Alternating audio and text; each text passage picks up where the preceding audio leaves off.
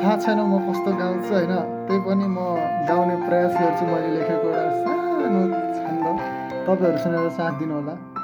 Make sure to like, share, comment, subscribe पनि गरिदिनु है त। भाग्न अगु सम्झनामा तिम्रो तस्बिर हेरी बसिरहेको छु, विगतका यादहरू सबै केलाइरहेको छु, अँगालोमा तिमीलाई राख्ने सपना बुनिरहेको छु, तिम्रो काँक्सी रानी म मस्त सुतिरहेको छु, तिम्रो मुहार हेरी मिठो बात गरिरहेको छु, तिमीलाई दुलै बनाउने कुराहरू सोचिरहेको छु, तिमीलाई आफ्नो बनाउने अनेक प्रयास गरिरहेको छु, तिम्रो बारे घरमा कुराकानी राखिरहेको छु,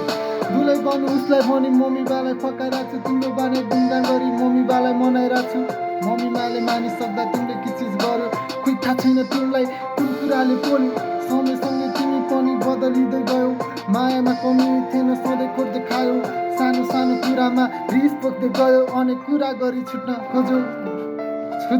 थाहा छैन के भयो, रोकिन मैले तिमी जानी भनेपछि, लाखौँचोटि सम्झाउँदा नि नमाने पछि है त गाइज। अँधेरी यो रातमा तारा गन्दै बसिरहेको छु, छैन तिमी साथमा कुराकानी गरिरहेको छु, आफै प्रश्न सोधी आफै जवाब दिइरहेको छु, तिम्रो तस्बिर हातमा लिई यी आँखा भिजाइरहेको छु, सम्झिरहेको छु गल्तीहरू जुन जुन मैले गरेका थिएँ, मूल गल्ती यही थियो कि बाहुन भई जन्म लिई माया बस्यो जसले समाजले मान्दैन, त्यही जातसँग माया बस्यो जसको पानी चल्दैन।